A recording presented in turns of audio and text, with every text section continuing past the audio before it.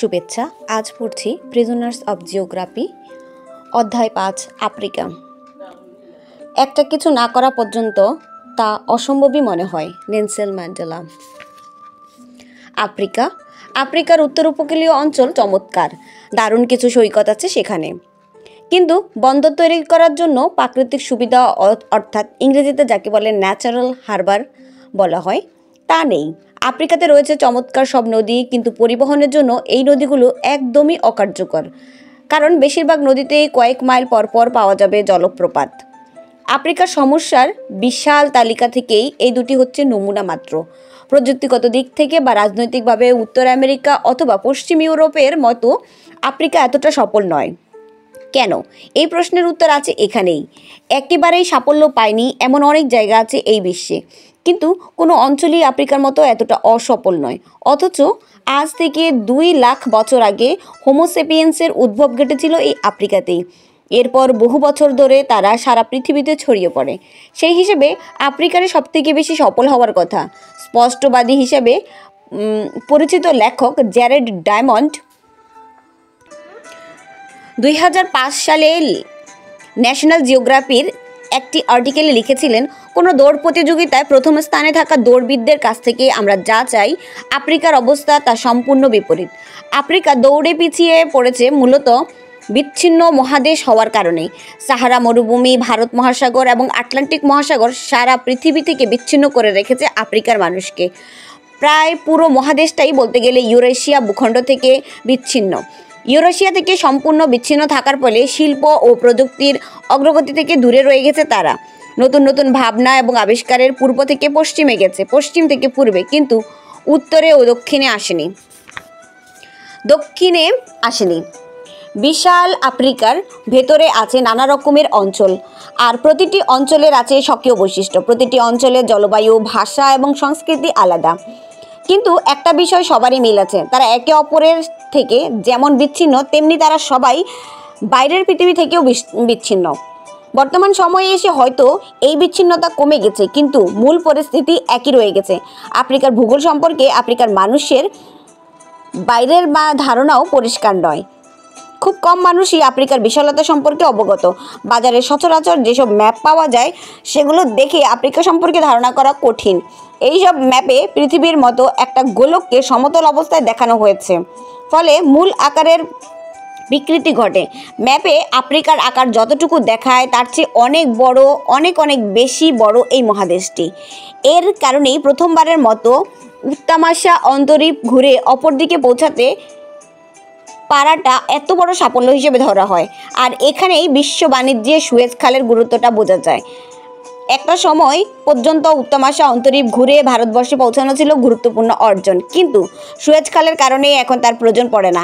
এই খাল পশ্চিম ইউরোপ থেকে ভারতে যাওয়ার সাগরপথ প্রায় 6000 মাইল কমিয়ে দিয়েছে। পৃথিবীর মানচিত্র দেখলে মনে হবে আলাস্কাকে ক্যালিফোর্নিয়ার সাথে জুড়ে দিয়ে তারপর যুক্তরাষ্ট্রকে যদি একটু ঘুরিয়ে বসানো যায় তাহলে কোনো মতে আফ্রিকার মধ্যে এঁটে যেতে পারে, কিন্তু এটা প্রচলিত ম্যাপের একটা বিভ্রান্তি। আফ্রিকার আসলে যুক্তরাষ্ট্রের চেয়ে 3 গুণ বড়।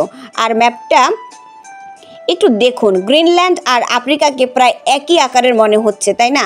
আসলে আফ্রিকা গ্রিনল্যান্ডের চেয়ে 4 গুণ বড়। যুক্তরাষ্ট্র, গ্রিনল্যান্ড, ভারত, চীন, স্পেন, ফ্রান্স, জার্মানি এবং যুক্তরাজ্যকে আফ্রিকার মধ্যে ভরে ফেলার পরেও সেখানে পূর্ব ইউরোপের জন্য খানিকটা জায়গা রয়েই যাবে। বিশাল এই আফ্রিকার জটিল ভূপ্রাকৃতিকে বোঝার জন্য বেশ কয়েকটি উপায় আছে, তবে তার মধ্যে সবচেয়ে কার্যকর হলো এর উপরে 1/3 এবং নিচে 2/3কে আলাদা করে দেখা। উপরের 1/3 শুরু হয়েছে ভূমধ্যসাগরের উপকূল থেকে। এই অঞ্চলে আছে উত্তর আফ্রিকার আরবি ভাষাভাষী দেশগুলো। এই উপকূলীয় অঞ্চলের ঠিক নিচে সাহারা মরুভূমি। বিশ্বের বৃহত্তম এই মরুভূমি আকারে প্রায় যুক্তরাষ্ট্রের সমান। সাহারার নিচেই হলো সাহেল অঞ্চল। এই আদা শুষ্ক পাথুরে বালুময় এলাকার প্রশস্তম অংশের চওড়াও প্রায় 3000 মাইল। আটলান্টিক উপকূলে গাম্বিয়া থেকে শুরু করে নাইজার, চাঁদ, ইরিত্রিয়া হয়ে লোহিত সাগরের উপকূল পর্যন্ত এর বিস্তৃতি। সাহেল শব্দটির আরবি শব্দ, এর অর্থ উপকূল। আর এই এলাকার লোকেরা নিজেদের অঞ্চলকে বিশাল বালু সমুদ্রের সাহারার উপকূল হিসেবেই ভাবে। এই অঞ্চলকে আরেক ধরনের উপকূল হিসেবেও ভাবা যায়। এই অঞ্চলের পর থেকে ইসলামের প্রভাব তেমন নেই বললেই চলে। সাহেল অঞ্চল থেকে উত্তরে ভূমধ্যসাগর পর্যন্ত দেশগুলোতে মুসলিমরাই সংখ্যাগরিষ্ঠ, আর এই সাহেল অঞ্চলের দক্ষিণের দেশগুলোতে ধর্মের নানা বৈচিত্র্য দেখা যায়। সাহেলের দক্ষিণ থেকে শুরু করে আফ্রিকার বাকি 2/3 এইসব এলাকায় প্রায় সব কিছুই বৈচিত্র্যময়। মরুভূমির রুক্ষ মাটি কোনো ক্রমে কোমল হয়ে এসেছে। এই এলাকার চোখ পড়ে প্রচুর গাছপালা। কঙ্গো আর সেন্ট্রাল আফ্রিকান রিপাবলিকের দিকে গেলে পাওয়া যাবে ঘন জঙ্গল। পূর্ব উপকূলের দিকে উগান্ডা এবং তানজিয়াতে আছে বিশাল বিশাল হ্রদ, এবং পশ্চিম উপকূলে অ্যাঙ্গোলা এবং নামিবিয়ায় গেলে আবার মরুভূমির দেখা মিলবে। এখান থেকে আফ্রিকার একদম দক্ষিণ প্রান্তে দক্ষিণ আফ্রিকার দিকে যেতে থাকলে আবার অনেকটা ভূমধ্যসাগরীয় অঞ্চলের মতো আবহাওয়া পাওয়া যাবে। ততক্ষণে অবশ্য একদম উত্তরের ভূমধ্যসাগরীয় দেশ তিউনিসিয়ার উপকূল থেকে 5000 মাইল দূরে চলে এসেছি আমরা। আফ্রিকা থেকে মানবজাতির সূচনা, সেই কথা মাথায় রাখলে আমরা সবাই আফ্রিকান। তবে মানবজাতির গল্প বদলাতে শুরু করলো 8000 খ্রিস্টপূর্ব নাগাদ। আমাদের পূর্বপুরুষদের কেউ কেউ যখন যাযাবরের জীবন ছেড়ে মধ্যপ্রাচ্য এবং ভূমধ্যসাগরীয় অঞ্চলে গিয়ে থিতু হলো, শুরু করলো চাষাবাদ, গড়ে তুললো গ্রাম এবং শহর। আফ্রিকার দক্ষিণাঞ্চলে এই কাজটা করা সহজ ছিল না, কারণ সেখানে চাষ করার মতো বুনো শস্য ছিল না পোষ মানাবার মতো পশুও। এই অঞ্চলে ভূমির বেশিরভাগ জুড়েই ছিল জঙ্গল, জলাভূমি, মরুভূমি অথবা খাড়া মালভূমি। এর কোনোটাই ধান বা গম উৎপাদনের জন্য অথবা ভেড়া চাষাবার জন্য উপযুক্ত নয়। এই অঞ্চলের পশুরা চিরস্বাধীন। গন্ডার, অ্যান্টিলোপ আর জিরাফের কখনোই ভারবাহী প্রাণীতে পরিণত করা যায়নি। জ্যারেড ডায়মন্ড এই প্রসঙ্গে লিখেছিলেন, খামারে পালিত জিরাফের মাংস খেয়ে পরিপুষ্ট আফ্রিকান সেনাবাহিনী যদি বিশাল গন্ডারের উপর সওয়ার হয়ে ইউরোপে ঢুকতে পারত, তাহলে সেখানকার ভেড়ার মাংস খাওয়া ঘোড়া সারোয়ার সেনারা খড়কুটোর মতো উড়িয়ে যেত। ইতিহাস তখন ভিন্নভাবে লেখা হতো। অথচ একটা সময়ের পরে মানবজাতির আদি নিবাস এই আফ্রিকার তেমন কোনো অগ্রগতি আর হয়নি বললেই চলে। বরং পরবর্তী সময়ে এখানে জন্ম নিয়েছিল মারাত্মক কিছু সমস্যা। ম্যালেরিয়া এবং পিতজ্বরের মতো ভয়ানক কিছু অসুখ ছড়িয়ে পড়েছিল এই অঞ্চলে। আফ্রিকার প্রচণ্ড তাপের কারণে এই অসুখগুলোতে একবার পড়লে আর সেরে ওঠা যেত না। রোগ ব্যাধির বিস্তারে পাশাপাশি ক্রমেই জনসংখ্যা বেড়ে চলা এবং স্বাস্থ্য ব্যবস্থাপনা বলতে কিছু না থাকার ফলে অবস্থা আরও জটিল হয়ে দাঁড়ায়। এশিয়া এবং দক্ষিণ আমেরিকাও এই অসুখে জর্জরিত হয়ে আছে, কিন্তু এসব রোগের ভয়ঙ্কর রূপ সাব সাহারান আফ্রিকার মতো আর কোথাও দেখা যায়নি। যেমন HIV-র প্রকোপও এই অঞ্চলে সবথেকে বেশি। তাছাড়া মশা, শ্বেতসী মাছি, দুর্দমনীয় প্রকোপে বিভিন্ন ধরনের অসুখ এবং ভাইরাস এখানে দ্রুত ছড়ায়। আফ্রিকার নদীগুলোও অগ্রগতির জন্য বাধা। বেশিরভাগ নদী উঁচু এলাকা থেকে শুরু হয়ে সাঁই সাঁই করে নিচে নেমে গেছে। ফলে পণ্য পরিবহন এবং বাণিজ্যের জন্য এই নদীগুলো একদমই উপযোগী নয়। 1600 মাইল লম্বা জাম্বেজি নদীর কথাই ভাবা যায় প্রসঙ্গে। আফ্রিকার চতুর্থ দীর্ঘ এই নদীটি কল্যাণে তৈরি হওয়া ভিক্টোরিয়া জলপ্রপাত পর্যটকদের জন্য খুব চমৎকার জায়গা, কিন্তু এই নদী মোটেও পরিবহন বান্ধব নয়। জাম্বেজি নদী 4900 ফিট উঁচু থেকে শুরু হয়ে 6টি দেশের মধ্য দিয়ে প্রবাহিত হয়ে মোজাম্বিকের কাছে ভারত মহাসাগরে পড়েছে। এই নদীর কিছু অংশে ছোট নৌকা দিয়ে যাতায়াত করা যায়, তবে সেই অংশগুলো আবার পরস্পর সংযুক্ত নয়, ফলে পণ্য পরিবহনের জন্য কোনো সুযোগ নেই। নদী সংযোগ বিষয়ক এই সমস্যা আফ্রিকা জুড়েই রয়েছে। ইউরোপের দানিউব এবং রাইন অববাহিকায় পরস্পর সংযুক্ত জলপথ থাকায় বাণিজ্য বিস্তার সুবিধা হয়েছে, কিন্তু আফ্রিকার সেই সুবিধা না থাকার কারণে এক অঞ্চলের সাথে অন্য অঞ্চলের যোগাযোগ ও বাণিজ্যের সম্পর্ক তৈরি হয়নি। আফ্রিকার অর্থনৈতিক উন্নয়ন ব্যাহত হওয়ার পেছনে এটা একটা বড় কারণ। নাইজার, কঙ্গো, জাম্বেজি, নীল নদের মতো আফ্রিকার বড় নদীগুলো একে অপরের সাথে সংযুক্ত না হওয়ার পেছনে প্রকৃতির পাশাপাশি মানুষেরও দায় আছে। এখানে ভাষার বৈচিত্র্য ব্যাপক। রাশিয়া, চীন, যুক্তরাষ্ট্র বিশাল অঞ্চল হলেও ভাষাগত বৈচিত্র্য সেভাবে নেই বললেই চলে। যোগাযোগ এবং ব্যবসা বাণিজ্যের জন্য তারা একটা ভাষাই মূলত ব্যবহার করে। অপরদিকে সুবিশাল আফ্রিকা আছে হাজার হাজার ভাষা। নির্দিষ্ট কোনো ভাষা বা সংস্কৃতি এখানে এককভাবে প্রভাবশালী হয়ে উঠতে পারেনি। ইউরোপেরও ভাষার যথেষ্ট বৈচিত্র্য আছে, তবে ইউরোপের আয়তন অনেক ছোট হওয়ায় এখানে একটা লিঙ্গুয়া ফ্রাঙ্কা বা সাধারণ ভাষার মাধ্যমে পারস্পরিক যোগাযোগ সম্ভব হয়েছে। তাছাড়া ভূপ্রকৃতিও ইউরোপকে পারস্পরিক সহযোগিতার এবং যোগাযোগ স্থাপনের উদ্বুদ্ধ করেছে। এখন সময় বদলেছে। আফ্রিকার অনেক দেশই প্রযুক্তিগতভাবে উন্নত হয়েছে, কিন্তু তারপরেও এই মহাদেশের বিশাল একটা অংশকে বাকি পৃথিবীর সাথে সংযুক্ত করতে বা পার হতে হয় সাহারা মরুভূমি, ভারত মহাসাগর বা আটলান্টিক সাগর। উদ্ভাবনী চিন্তা এবং প্রযুক্তি এই কারণে হাজার হাজার বছর ধরে সাব সাহারান আফ্রিকায় আসতে পারেনি।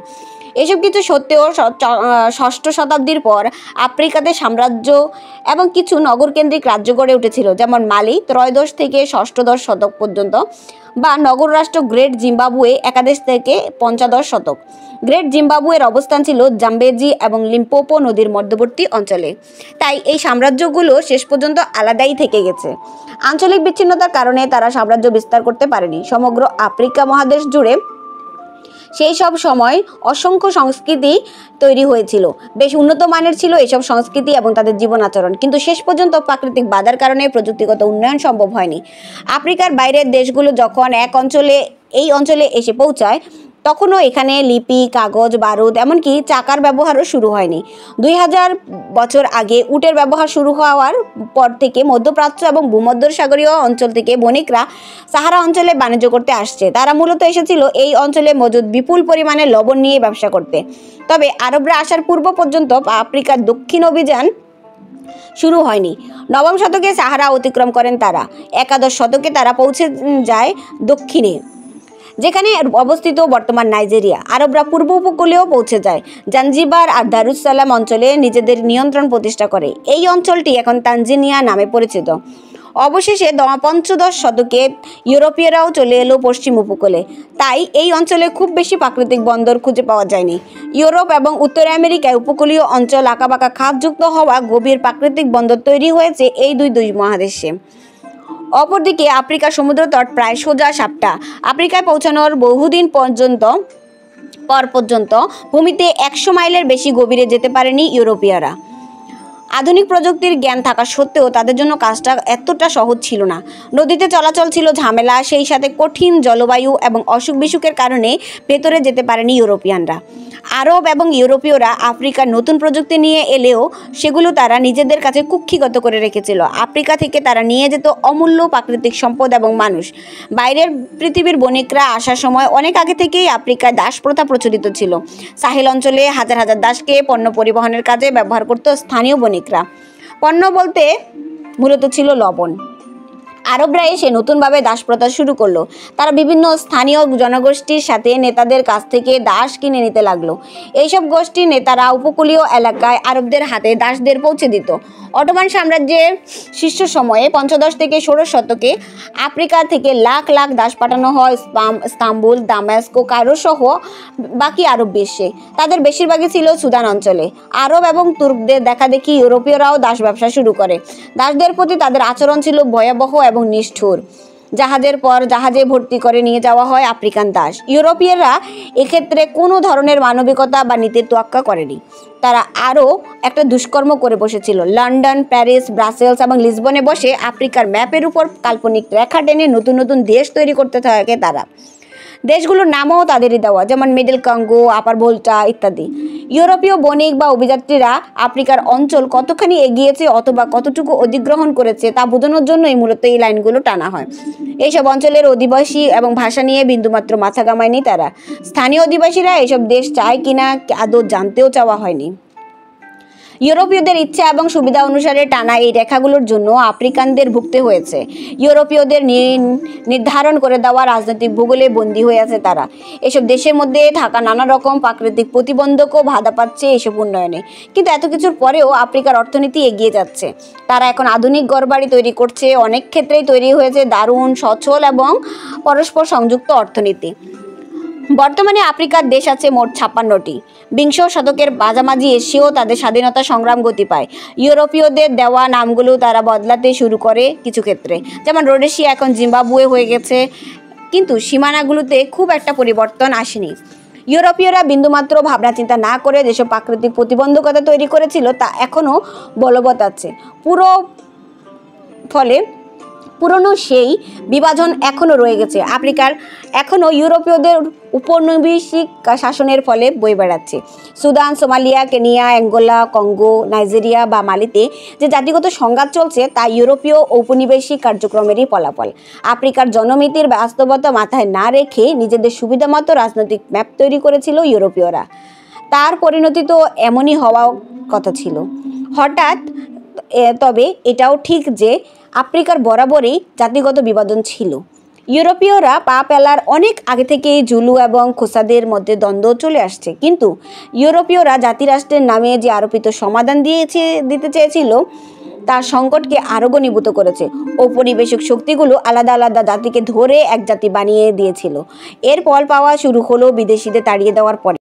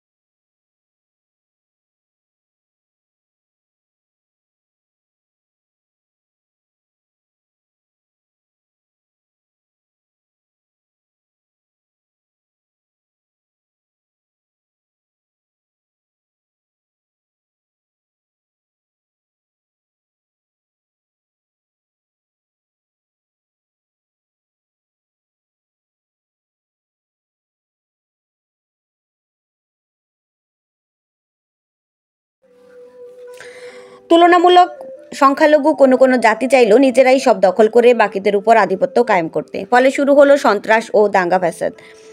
উদাহরণ হিসেবে লিবিয়ার কথা বলা যায়।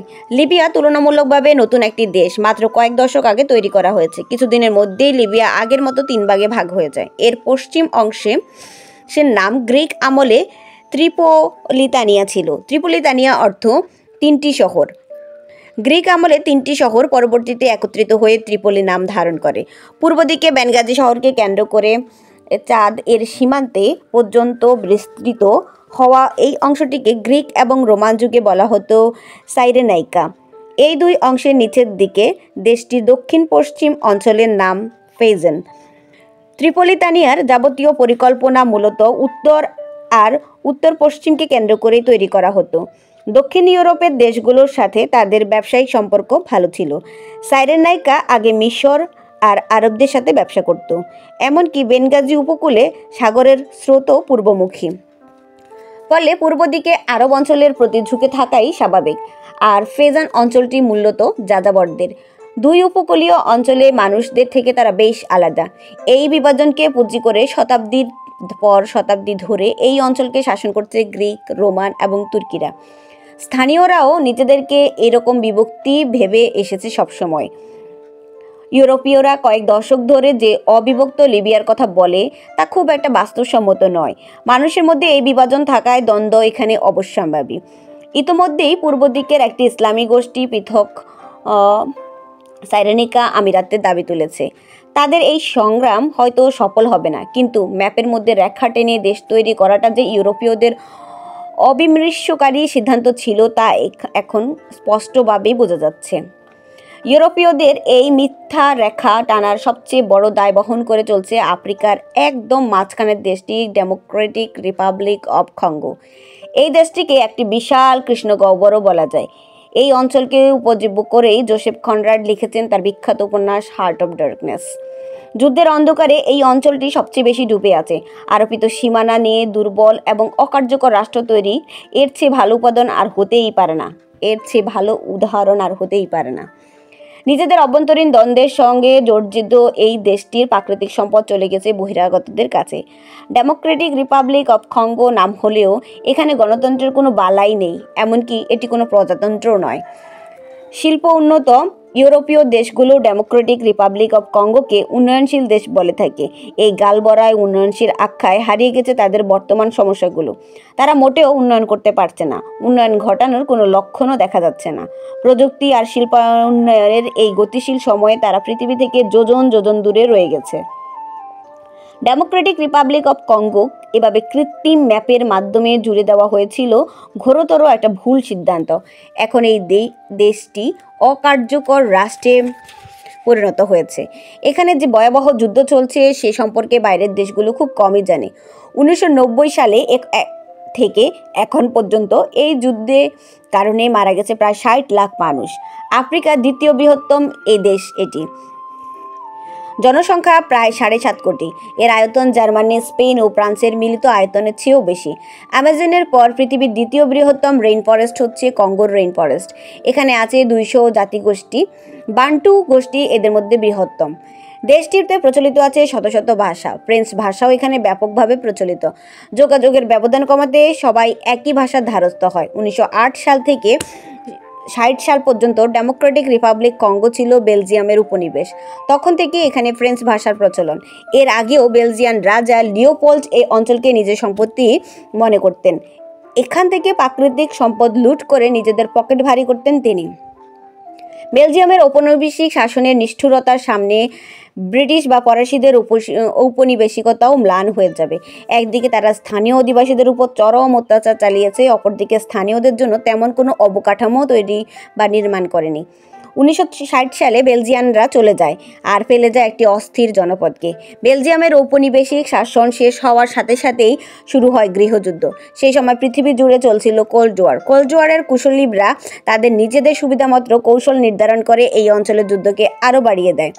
এর ফলে তাদের উপর যুক্তরাষ্ট্রের নজর পড়ে। যুক্তরাষ্ট্র সে সময় অ্যাঙ্গোলার সোভিয়েত সমর্থিত সরকারের বিরুদ্ধে বিদ্রোহে কলকাঠি নাড়াতে ব্যস্ত। দুই পক্ষই তখন মিলিয়ন মিলিয়ন ডলারের অস্ত্র সরবরাহ করছে এই অঞ্চলে। কোল্ড ওয়ার শেষ হওয়ার পরে জায়ারেতে এর উপর তখন এর নাম পরিচিত ছিল ডেমোক্রেটিক রিপাবলিক অফ কঙ্গো থেকে আগ্রহ হারিয়ে ফেলে পরাশক্তিগুলো। দেশটি তখন প্রাকৃতিক সম্পদের উপর ভর করে সাময়িকভাবে টিকেছিল। আফ্রিকার একদম পূর্ব অংশে উত্তরে লোহিত সাগর উপকূল পর্যন্ত থেকে শুরু করে লম্বা হয়ে দক্ষিণে 4500 মাইল পর্যন্ত চলে গেছে গ্রেট রিফট ভ্যালি। এই দীর্ঘ নিম্নভূমি তৈরি হয়েছে আফ্রিকান টেকটনিক প্লেটের ফাটলের ফলে। দক্ষিণ প্রান্ত দিয়ে ঢুকে কঙ্গোর পূর্ব সীমান্ত জুড়ে এই নিম্নভূমি। আর এই অঞ্চলে পাওয়া যায় কোবাল্ট, কপার, হীরা, সোনা, রূপা, দস্তা, কয়লা, ম্যাঙ্গানিজ এবং আরও অনেক মূল্যবান খনিজ পদার্থ। বিশেষ করে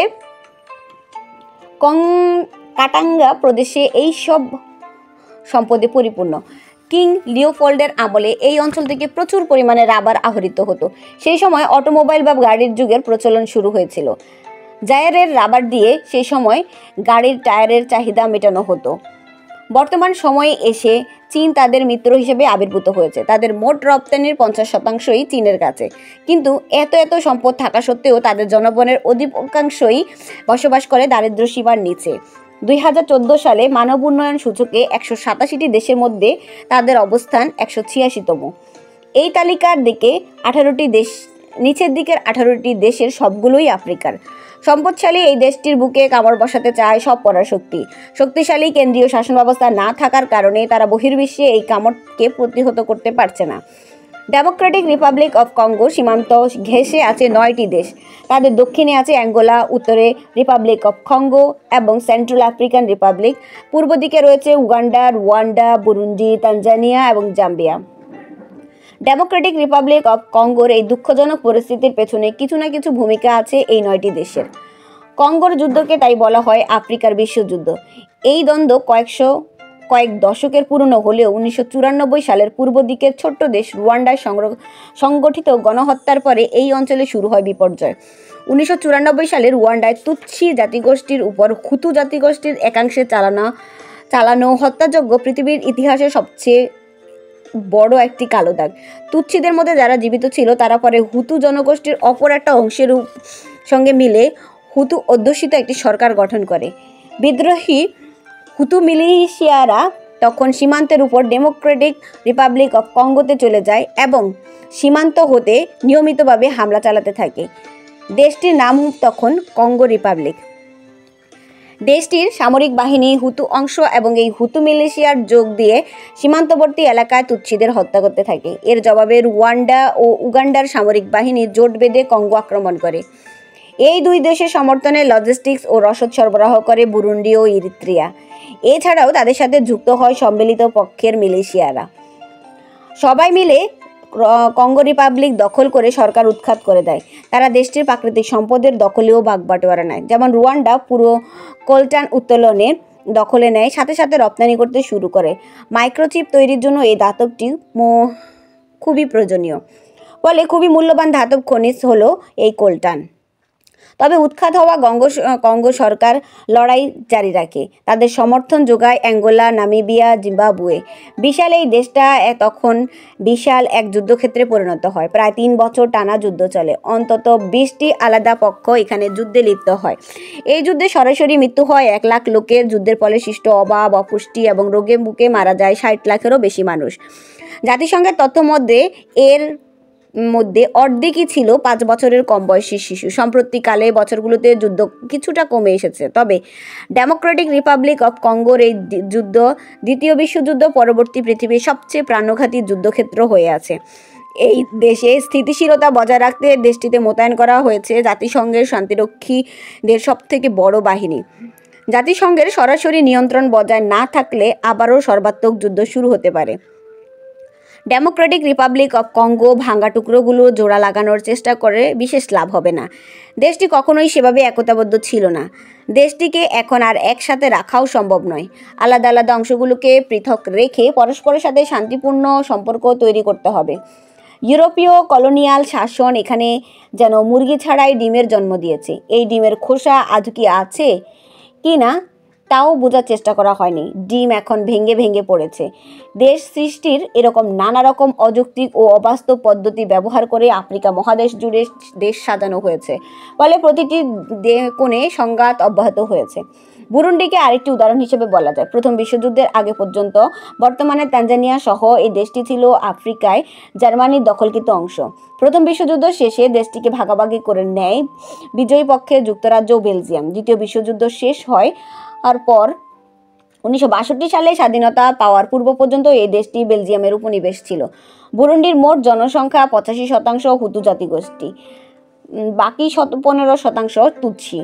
বেলজিয়ানরা দেশ চালাতো তুৎসি জাতিগোষ্ঠীর লোকদের দিয়ে, ফলে রাজনীতি, অর্থনীতি ও সামরিক বাহিনীতে তুৎসিরাই সব দখল করে রাখত। ফলে স্বাধীন বুরুন্ডি শুরু থেকেই হুতু তুৎসি দ্বন্দ্ব বাড়তে থাকে। শেষ পর্যন্ত 1993 সালে শুরু হয় হুতু তুৎসি যুদ্ধ। পরের 1 যুগ ধরে চলমান এই গৃহযুদ্ধে মারা যায় 3 লাখের বেশি মানুষ। এমনকি 2015-16 সালেও হুতু প্রেসিডেন্ট পিয়েরে এনকুরুনজিজার তৃতীয়বারের মতো প্রেসিডেন্ট নির্বাচনে দাঁড়ানোর সিদ্ধান্ত নিয়ে হুতু তুৎসির দ্বন্দ্বে এক দফা দাঙ্গায় উত্তাল হয়ে উঠেছিল বুরুন্ডি। এমনকি যুক্তরাষ্ট্রের প্রেসিডেন্ট বারাক ওবামাও এই সিদ্ধান্ত পছন্দ করেনি। তিনি এক বাক্যে এনকুরুনের সিদ্ধান্ত খারিজ করে দিয়ে ক্ষমতা থেকে সরে যেতে বললেন। এই সিদ্ধান্তকে আফ্রিকা উন্নয়নের পক্ষে হানিকর হিসাবে ঘোষণা করেন। তিনি বলেন, যদি কোনো শাসক তাকে দেশ ছাড়া একত্রিত থাকবে না বলে ভাবতে পারে, এর অর্থ দেশ একত্রিত রাখতে তিনি ব্যর্থ হয়েছেন।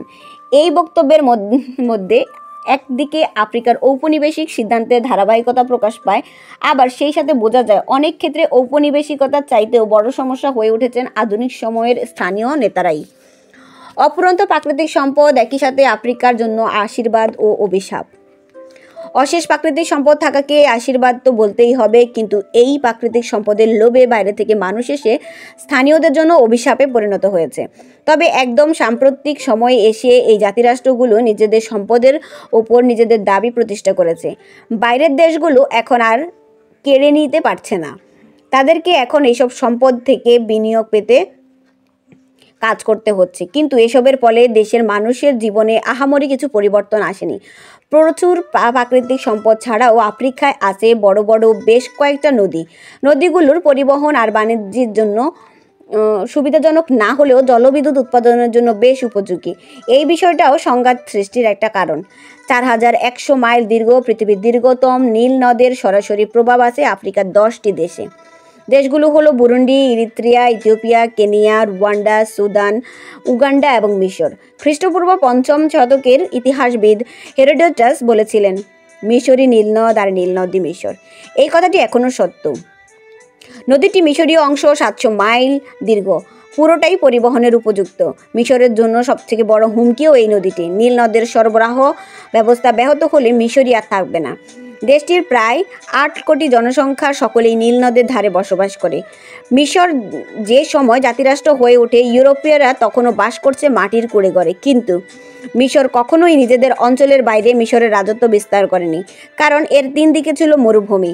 তবে ভূমধ্য সাগর অঞ্চলে বড় শক্তি হয়ে ওঠার সুযোগ ছিল তাদের। কিন্তু এক্ষেত্রে একটাই সমস্যা ছিল তাদের, মিশরে গাছ তেমন নেই বললেই চলে। প্রচুর গাছ না থাকায় নৌযান বানানোর পর্যাপ্ত কাঠ পাওয়া যায় না, ফলে নৌশক্তিশালী হওয়া তাদের পক্ষে সম্ভব ছিল না।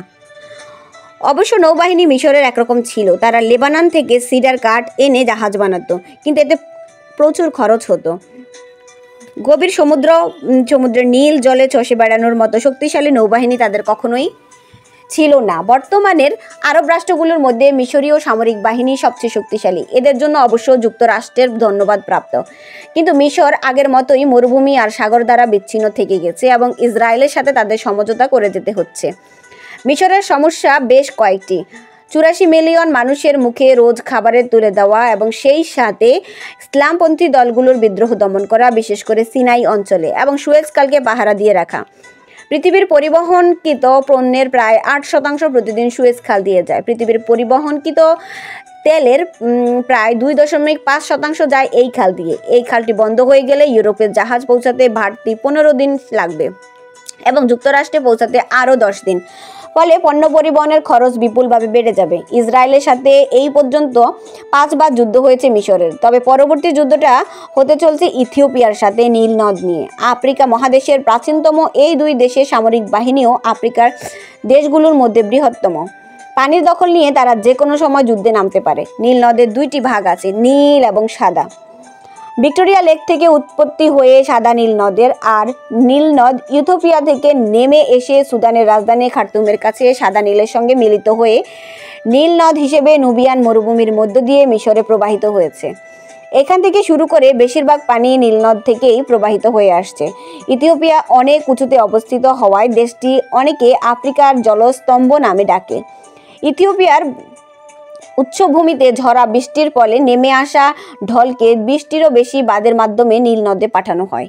আদিস আবাবা 2011 সালে নীল নদের উপর একটা বিশাল জলবিদ্যুৎ প্রকল্পে চুক্তি করে চীনের সাথে। প্রকল্পটা সুদানের সীমানার কাছে। এই প্রকল্পের নাম গ্র্যান্ড রেনেসাঁ ড্যাম। 2020 সালের মধ্যে এই প্রকল্পের কাজ শেষ হয়। 2022 সালে বিদ্যুৎ উৎপাদন শুরু হয়। এই বাঁধের মাধ্যমে বিদ্যুৎ উৎপাদন করা হবে আর মিশরের দিকে পানি প্রবাহ বজায় থাকবে বলেই সবাই জানে। কিন্তু এই বাঁধকে ঘিরে আরও একটি তাত্ত্বিক বিষয় আছে। এই বাঁধটিতে প্রায় 100 বছরের প্রবাহের সমপরিমাণ পানি জমা করে রাখা হয়েছে। বাঁধটির কারণে মিশরের দিকে পানির প্রবাহ বাধাপ্রাপ্ত হবে। এই বাঁধটির কাজ সম্পন্ন হওয়ার পর নীল নদের জল ইথিওপিয়ার নিয়ন্ত্রণে চলে এসেছে। তারা নিজের প্রয়োজনে এই জল ব্যবহার করতে পারবে। অপরদিকে মিশরের দিকে পানি প্রবাহ স্বাভাবিক কারণেই উল্লেখযোগ্য পরিমাণে কমে গেছে। এক সময়ের শক্তিমান মিশরের সামরিক ক্ষমতা ধীরে ধীরে কমে আসছে, আর 9.5 কোটি জনসংখ্যার ইথিওপিয়া ক্রমেই শক্তিশালী হয়ে উঠেছে। মিশর এসব দেখছে না তা নয়, তবে যুদ্ধ এড়িয়ে পানির প্রবাহ ঠিক রাখার বিষয়ে আলোচনা করাতেই তারা ব্যস্ত আপাতত। তবে পানি নিয়ে এই যুদ্ধটা আগামী শতকের অবশ্যম্ভাবী যুদ্ধগুলোর একটা বলা যায়। পানির পর প্রতিযোগিতা আরেকটি বিষয় হচ্ছে তেল। সাব সাহারান অঞ্চলে সবচেয়ে বড় তেল উৎপাদনকারী দেশ হলো নাইজেরিয়া। কিন্তু উত্তরে বসবাসকারী নাইজেরিয়ানদের অভিযোগ, এই তেল বিক্রির টাকা সারা দেশে সুষমভাবে বণ্টিত হচ্ছে না। এইসব কারণে নাইজেরিয়ান ডেল্টা থেকে শুরু করে উত্তর পূর্ব অঞ্চল পর্যন্ত জাতিগত এবং ধর্মীয় দ্বন্দ্ব প্রকট হয়ে উঠেছে। নাইজেরিয়া আফ্রিকার সবচেয়ে বড় জনবহুল দেশ, মোট জনসংখ্যার 18 কোটি। এর পাশাপাশি দেশের আকার এবং প্রাকৃতিক সম্পদের বিচারে নাইজেরিয়া পশ্চিম আফ্রিকার সবচেয়ে শক্তিশালী দেশ। প্রাচীন কিছু রাজ্যকে দখলের সাথে সাথে একসাথ করে ব্রিটিশরা নাইজেরিয়া তৈরি করে। 1898 সালে তাদের ম্যাপের উপর আঁকে নাইজার নদীর ধার দিয়ে সুরক্ষিত ব্রিটিশ অঞ্চল। এই অঞ্চলকেই পরবর্তীতে নাইজেরিয়া হিসেবে আত্মপ্রকাশ করে। বর্তমান সময়ে নাইজেরিয়া আফ্রিকার একটি শক্তিশালী দেশ হলেও অতীতে দীর্ঘ সময় ধরে দেশটির মানুষ এবং সম্পদের উপর কর্তৃত্ব ছিল ব্রিটিশদের।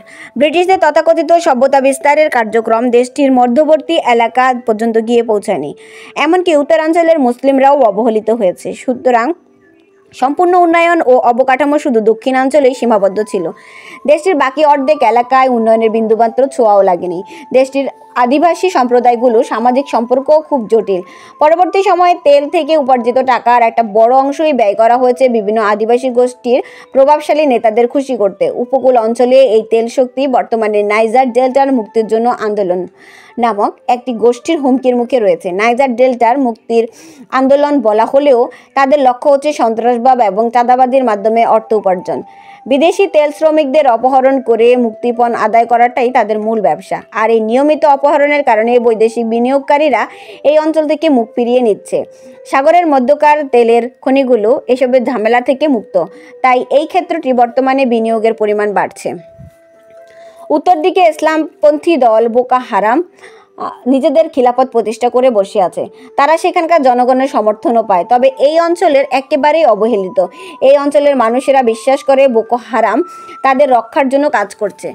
বোকো হারামের যোদ্ধাদের বেশিরভাগ অঞ্চলেই উত্তর পূর্বের কানুরিস জাতিগোষ্ঠীর অন্তর্ভুক্ত। তারা খুব কমই তাদের নিজস্ব অঞ্চলের বাইরে কার্যক্রম চালায়। পশ্চিমের হাউসা অঞ্চল অধিগ্রহণ করার তাদের কোনো ইচ্ছা নেই। আরও দক্ষিণে সমুদ্র তীরের এলাকায় যেতে তো তাদের একদমই অনাগ্রহ। উত্তরাঞ্চলে বোকো হারামের নিজেদের মাটি। এই কারণেই নাইজেরিয়ান মিলিটারি যখন তাদের পাকড়াও করতে আসে তখন স্থানীয়রা তেমন একটা সহযোগিতা করে না। সহযোগিতা না করার পেছনে ভয় যেমন একটা কারণ, দক্ষিণাঞ্চলের প্রতি তাদের ক্ষোভও আরেকটা কারণ। বোকো হারাম এখন নাইজেরিয়ার অস্তিত্বের জন্য হুমকি হয়ে দাঁড়ায়নি। রাজধানী আবুজার প্রতিও তাদের হুমকি নয়, তবে উত্তরের জনগণের জন্য তারা সৃষ্টি করছে নতুন সমস্যা এবং আশঙ্কা। তাদের কার্যক্রমের কারণে দেশের বাইরে নাইজেরিয়ার সুনামও ক্ষুণ্ণ হচ্ছে। ব্যবসা আর বিনিয়োগের জন্য এটা ভালো নয় মোটেও। তাদের অধিগ্রহণকৃত গ্রামগুলোর বেশিরভাগই মান্দারা পর্বতমালার মধ্যে, এই অঞ্চলের ক্যামেরুনের পাশে। নাইজেরিয়ার সামরিক বাহিনীকে এখানে আসতে হলে তাদের ঘাঁটি অনেক অনেক দূরে আসতে হয়। এত দূর এসেও পার্বত্য এলাকায় তারা বোকো হারামকে ঘেরাও করতে পারে না। ক্যামেরুনের সরকার বোকো হারামকে প্রশ্রয় দেয় না, কিন্তু এলাকাটাই এমন যে লুকিয়ে থাকতে বোকো হারামের কোনো সমস্যা হয় না। এই সংকট এত সহজে দূর হবে না। আরও বহু বছর এখানে অনেক কিছুই করা সম্ভব হবে না। এর মধ্যে বোকো হারামের উত্তর সাহেলের অংশে জিহাদিদের সাথে জোট বাঁধার চেষ্টা করছে। আমেরিকা এবং ফ্রান্স এই ব্যাপারটা অনেক দিন ধরেই দেখছে। তারা এই নিয়ে চিন্তিতও বটে, কিন্তু তাই এই বিষয়গুলো গভীরভাবে পর্যবেক্ষণের জন্য তারা সাব-সাহারা সাহেল অঞ্চলে ড্রোন পাঠিয়ে জিহাদিদের গতিবিধি পর্যবেক্ষণ করে চলছে। আমেরিকানরা অবশ্য আফ্রিকায় কিছু ঘাঁটিও স্থাপন করেছে, এর মধ্যে একটি জিবুতিতে। 2007 সালে স্থাপিত এই ঘাঁটিটি আফ্রিকান মার্কিন সামরিক কার্যক্রমের অংশ। ফ্রেঞ্চরাও আফ্রিকায় বেশ কিছু অঞ্চলে নিজেদের প্রবেশের ব্যবস্থা রেখেছে। এই অঞ্চলগুলোকে তারা বলে ফ্রাঙ্কোফোন আফ্রিকা। ইসলামপন্থী জিহাদি গোষ্ঠীগুলোর কার্যক্রম বেশ কিছু দেশে ছড়িয়ে আছে, তবে তাই পশ্চিমা বিশ্ব এই সব নিয়ে বেশ সতর্ক। নাইজেরিয়া, ক্যামেরুন, চাদ এবং প্রতিটি দেশেই আমেরিকা এবং ফ্রান্সের সেনাবাহিনীর সাথে কাজ করছে। আরও দক্ষিণে আটলান্টিক উপকূলে গভীরে সাব-সাহারান আফ্রিকার দ্বিতীয় বৃহত্তম তেল উৎপাদনকারী দেশ অ্যাঙ্গোলা। একসময় পর্তুগিজ কলোনি হিসেবে ব্যবহৃত হওয়া এই দেশটির প্রাকৃতিক সীমানা আছে আফ্রিকার অন্য অনেক দেশের মতো। এই দেশের সীমানা ইউরোপিয়ানদের আরোপিত না। এর পশ্চিমে আটলান্টিক মহাসাগর, উত্তরে গহীন বন আর দক্ষিণে মরুভূমি। পূর্ব দিকে অল্প কিছু মানুষজনের বাস, কারণ এখানকার ভূমি মোটেও উর্বর নয়। দেশটির 2.2 কোটি মানুষ প্রায় সবাই বাস করে দেশের পশ্চিম প্রান্তে। এই অংশটিতে আছে প্রচুর প্রাণী, চাষাবাদের জন্য চমৎকার। এই অঞ্চলের উপকূলে সঞ্চিত আছে অ্যাঙ্গোলার তেলের খনিগুলো বেশিরভাগই মালিকানা আছে যুক্তরাষ্ট্রের কোম্পানি।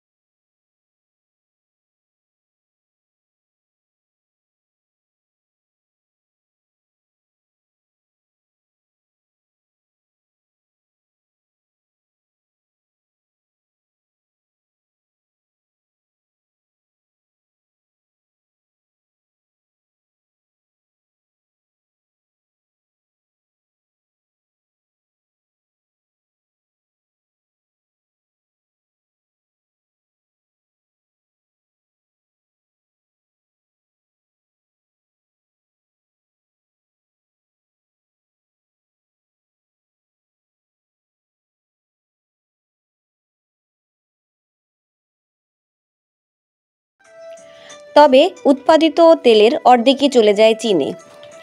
এই কারণে সৌদি আরবের পর অ্যাঙ্গোলাই চীনের দ্বিতীয় বৃহত্তম অপরিশোধিত তেলের যোগানদাতায় পরিণত হয়েছে। অ্যাঙ্গোলা দেশটিও যুদ্ধ বিগ্রহের সাথে বেশ ভালোভাবেই পরিচিত। স্বাধীনতার জন্য তারা পর্তুগিজদের বিরুদ্ধে যুদ্ধ করতে হয়েছে। 1975 সালে পর্তুগাল এই জায়গা থেকে নিজেদের গুটিয়ে নেয়। এর পরপরই এই এলাকায় জাতিগোষ্ঠীগুলোর মধ্যে শুরু হয় প্রচণ্ড গৃহযুদ্ধ। জাতিদ্বন্দ্বকে মতাদর্শের দ্বন্দ্ব হিসেবে উপস্থাপন করা হয়। বৃহৎ শক্তিগুলো নিজেদের সুবিধা মতো এখানে তাদের সমর্থন জুগিয়ে যায়।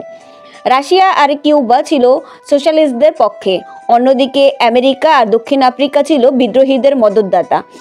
এগুলো নামেই ছিল আদর্শের যুদ্ধ, আসলে পুরোটাই ক্ষমতার দখলের লড়াই। MPLA popular movement for the liberation of Angola এর অধিকাংশ সোশ্যালিস্ট কর্মী কিন্তু এমবুন্ডু গোষ্ঠীর। তাদের বিরোধী পক্ষরা ছিল বাংকোঙ্গো এবং ওবিম্বুন্ডু গোত্রের। তারা যথাক্রমে FNLA national liberation front of Angola এবং UNITA UNITA national union for total independence of Angola এই নামের দুইটি রাজনৈতিক দলের ছদ্মাবরণে ছিল। 1960 থেকে 70-এর দশকে এইখানে যেসব গৃহযুদ্ধ সংগঠিত হয়েছিল সেগুলোর ধরনও ছিল মোটামুটি একই রকম। রাশিয়া কোনো একটা পক্ষকে সমর্থন করলেই হঠাৎ তাদের মনে পড়ে যাবে যে তারা আসলে সোশ্যালিস্ট। সমাজতান্ত্রিক মূলনীতি প্রতিষ্ঠিত করার জন্য তাদের সংগ্রাম করার কথা। তখন তাদের বিরোধী পক্ষ সমাজতন্ত্র বিরোধী হয়ে যাবে। এমবুন্ডুদের কিছু ভৌগোলিক সুবিধা থাকলেও তারা সংখ্যায় পিছিয়ে। রাজধানী লুয়ান্ডা তাদের দখলেই ছিল। তেলের ক্ষেত্র এবং প্রধান নদী কুয়েনজাও ছিল তাদের নিয়ন্ত্রণে। তারা রাশিয়ার কাছ থেকে পেত অস্ত্র এবং কিউবার কাছ থেকে সৈনিক। 2002 সালের গৃহযুদ্ধেও তারাই জয়ী হয়, কিন্তু ক্ষমতা যাওয়ার পরে নেতারা রাতারাতি তাদের কমিউনিস্ট নীতি থেকে সরে আসেন। আফ্রিকার তৎকালীন প্রধান নেতাদের সাথে যোগ দিয়ে তারা কলোনিয়াল নীতির প্রসারেই কাজ করতে থাকেন। জনগণের স্বার্থ তাদের কাছে গৌণ হতে থাকে। লুটতরাজ করে নিজেদের আখের গোছাতে শুরু করেন তারা। আর আফ্রিকার অভ্যন্তরীণ ব্যাপারে বাইরের দেশগুলোর নাক গলানোর একবিংশ শতকেও অব্যাহত আছে। বিশেষ করে চাইনিজরা এখন আফ্রিকার অনেক বিষয় আশয়ে একটু বেশি ভাবছে। তাদের মূল উদ্দেশ্য ব্যবসা। এর আগে ইউরোপীয় এবং আমেরিকানরাই একই কাজ করে এসেছে এখানে। বর্তমানে চীনের তেলের 1/3 আসে আফ্রিকা থেকে, আরও আসে মূল্যবান নানা ধাতু। তাই চীন সহজে আফ্রিকাকে ছাড়ছে না।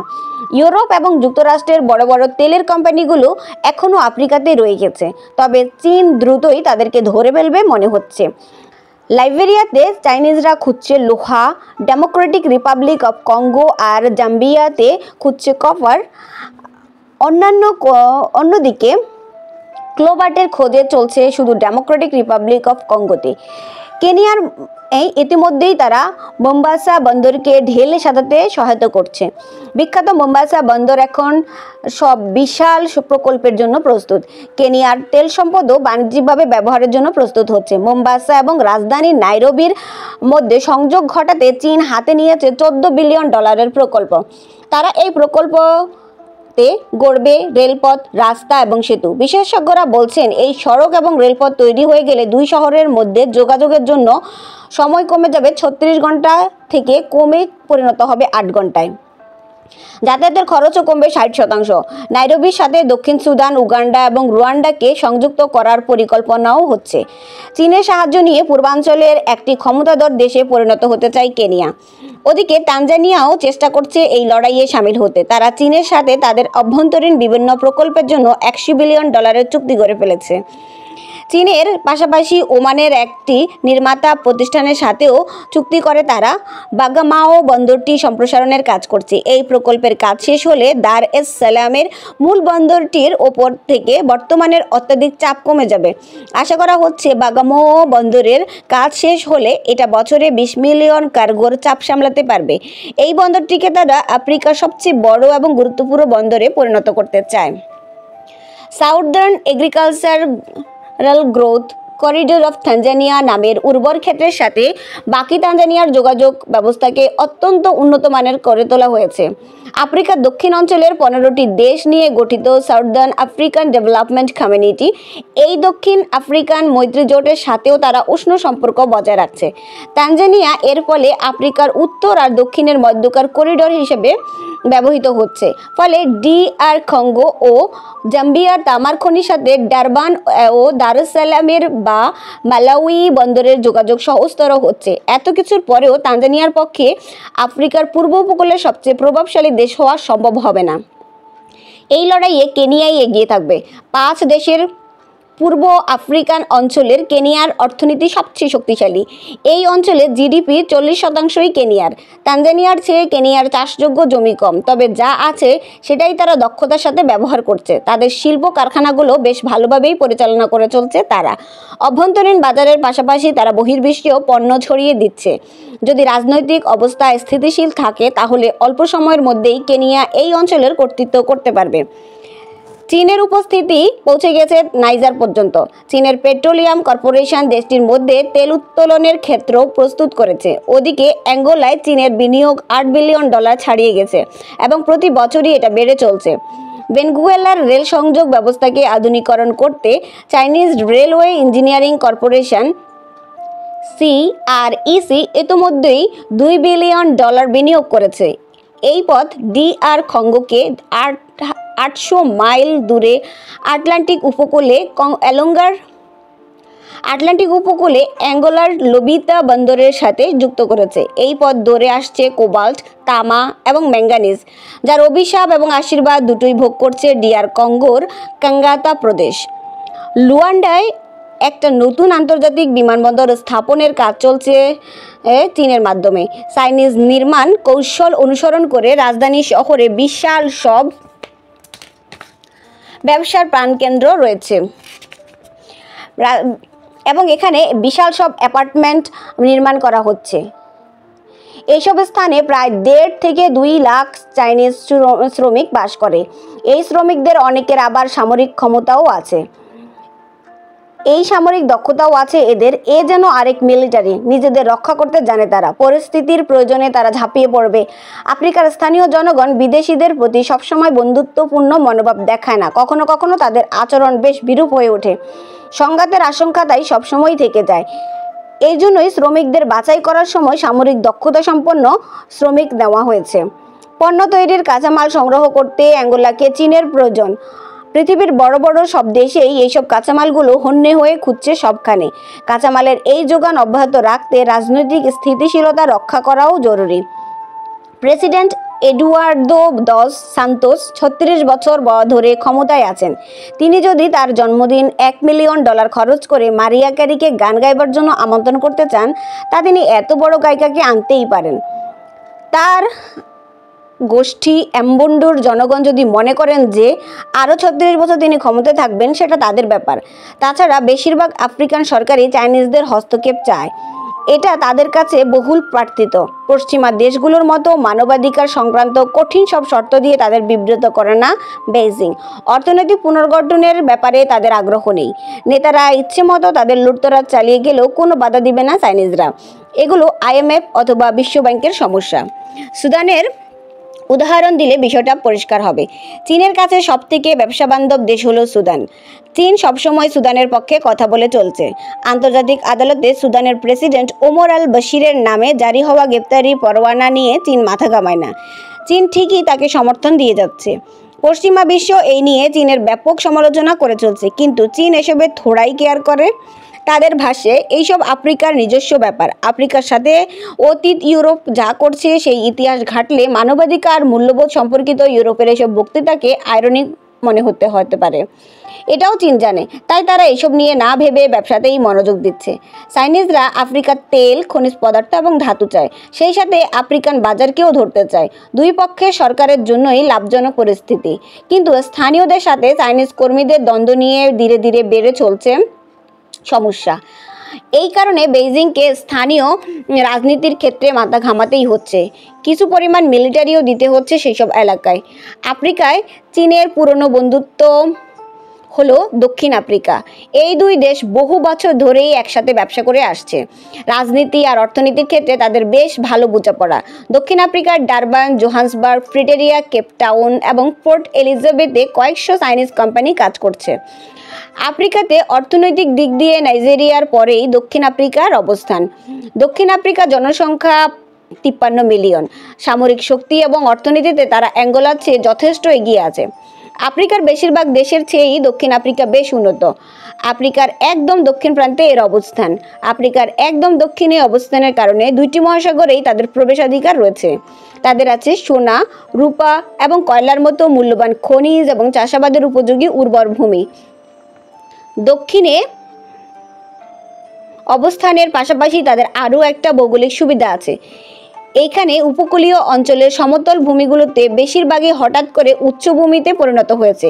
তাই আফ্রিকার অন্যান্য দেশের মতো তাদের রোগবালাইয়ের সমস্যা কম। মশার পক্ষে এখানে বংশবিস্তার করা খুব কঠিন, তাই ম্যালেরিয়াও নেই। এই জন্য ইউরোপীয়রা অন্যান্য আফ্রিকান দেশের তুলনায় এখানে অনেক দ্রুত গতিতে ভেতরে ঢুকতে পেরেছে। ঔপনিবেশিক আমলে স্বল্প পরিসরে চালু করা শিল্প কারখানাগুলো এখন অনেক বড় হয়েছে। তারা পরিণত হয়েছে আফ্রিকার বৃহত্তম অর্থনীতিতে। আফ্রিকার দক্ষিণের সাথে বহির্বিশ্বের ব্যবসা মানেই প্রিটোরিয়া, ব্লুমফন্টেইন এবং কেপটাউন।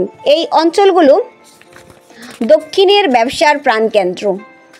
দক্ষিণ আফ্রিকা তার প্রাকৃতিক সম্পদ এবং অবস্থানগত সুবিধা কাজে লাগিয়ে পার্শ্ববর্তী দেশগুলোর সাথে যোগাযোগ উন্নত করেছে।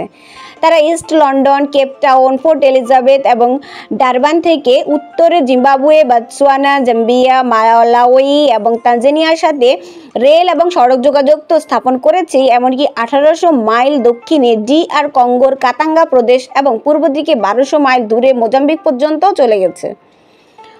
অতীতে পর্তুগিজদের বিরুদ্ধে যুদ্ধে অ্যাঙ্গোলার MPLA-কে সহায়তা করেছে দক্ষিণ আফ্রিকার ক্ষমতাসীন দল আফ্রিকান ন্যাশনাল কংগ্রেস। একসাথে যুদ্ধ করার সেই দিন এখন আর নেই। এখন সবাই নিজেদের আঞ্চলিক নিয়ন্ত্রণ বিস্তার করতে ব্যস্ত। দক্ষিণ আফ্রিকার সমকক্ষ হতে হলে তাই অ্যাঙ্গোলাকে এখনো বহু পথ যেতে হবে। দক্ষিণ আফ্রিকার সাথে সামরিক লড়াইয়ে তারা পেরে উঠবে না। দক্ষিণ আফ্রিকার আছে প্রশিক্ষিত বিশাল সামরিক বাহিনী, 1 লক্ষেরও বেশি সৈনিক, ডজন ডজন ফাইটার জেট, অত্যাধুনিক হেলিকপ্টার। এছাড়াও আছে সাবমেরিন এবং ফ্রিগেট। তারা নিজেরাই অস্ত্র রপ্তানিকারী দেশ। ব্রিটিশ রাজত্বের আমলে দক্ষিণ আফ্রিকাকে নিয়ন্ত্রণ করার অর্থ ছিল উত্তমাশা অন্তরীপকে দখলে রাখা। উত্তমাশা অন্তরীপকে নিজেদের নিয়ন্ত্রণে রাখলে দক্ষিণ সাগর এবং ভারত সাগরে প্রবেশের সুবিধা পাওয়া যেত। বর্তমানে আধুনিক নৌবাহিনী দক্ষিণ আফ্রিকার উপকূল রেখা থেকে অনেক গভীর সমুদ্র দিয়ে মহাসাগর পার হতে পারে। তাই বলে এই অভ্যন্তরীণ গুরুত্ব কমে যায়নি। ভৌগোলিক এবং কৌশলগত কারণে উত্তমাশা অন্তরীপ সবসময় গুরুত্বপূর্ণ ছিল এবং থাকবে। দক্ষিণ আফ্রিকার এক অমূল্য সম্পদ। উত্তমাশা অন্তরীপ বা কেপ অফ গুড হোপ এর কারণে দক্ষিণ আফ্রিকা এখনও আফ্রিকার নিচের অংশের বড় খিলাড়ি হয়ে থাকতে পারছে। নতুন শতাব্দীতে আফ্রিকার জন্য অপেক্ষা করছে নতুন ধরনের চ্যালেঞ্জ। এই চ্যালেঞ্জের ধরন 2 রকম। সম্পদের প্রলোভনের বাইরে দেশগুলো এখানে এসে প্রভাব বিস্তার করতে চাইবে, তেমনি স্থানীয় দেশগুলো নিজেরাও শক্তিবৃদ্ধি নিয়ে প্রতিযোগিতায় নামবে।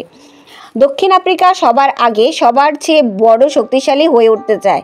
15টি দেশের সমন্বয়ে গঠিত সাউদার্ন আফ্রিকান ডেভেলপমেন্ট কমিউনিটি এর নিয়ন্ত্রণ করে তারাই। বৃহৎ হ্রদ অঞ্চলে আন্তর্জাতিক সম্মেলনেও এটা একটা ভালো অবস্থান আছে, যদিও দক্ষিণ আফ্রিকার সেখানকার সদস্য নয়, পর্যবেক্ষক। SADC south African development community এর বিরোধী পক্ষ হলো ইস্ট আফ্রিকান কমিউনিটি EAC। সেখানে আছে বুরুন্ডি, কেনিয়া, রুয়ান্ডা, উগান্ডা এবং তানজানিয়া। তানজানিয়ার আবার 2টি সংস্থারই সদস্য।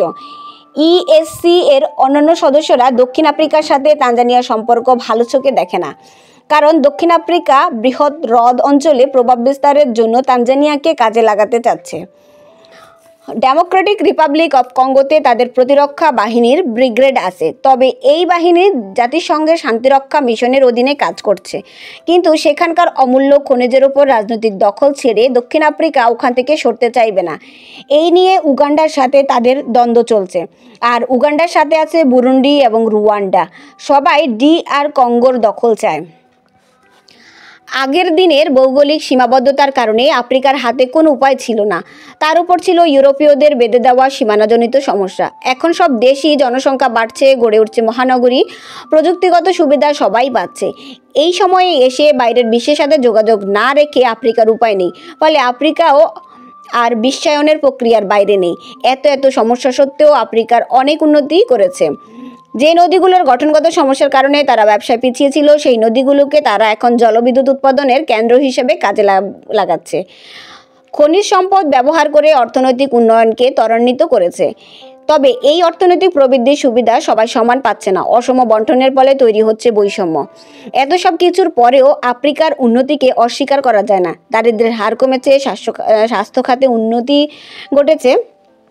আফ্রিকার অনেক দেশেরই মূল ভাষা ইংরেজি হওয়ায় একরকম সুবিধা তাদের জন্য। ব্যবসায়িক যোগাযোগের ক্ষেত্রে এটা তাদের কাজে লাগছে। গত দশকের অধিকাংশ সময় জুড়েই আফ্রিকার অর্থনৈতিক উন্নয়ন অব্যাহত ছিল। বিশ্ববাজারে জ্বালানি শক্তি আর প্রাকৃতিক সম্পদের চাহিদা এবং দরপতনের সাথে তাদের ভাগ্য জড়িত। তাদের বাজেট নির্ভর করে ব্যারেল প্রতি তেলের দাম $100 থেকে থাকবে নাকি $80 বা $90 নেমে যাবে সেই বিষয়ের উপর। অধিকাংশ দেশের সিস্টেমই সেই 1970-এর দশকের মতোই অকার্য রয়ে গেছে।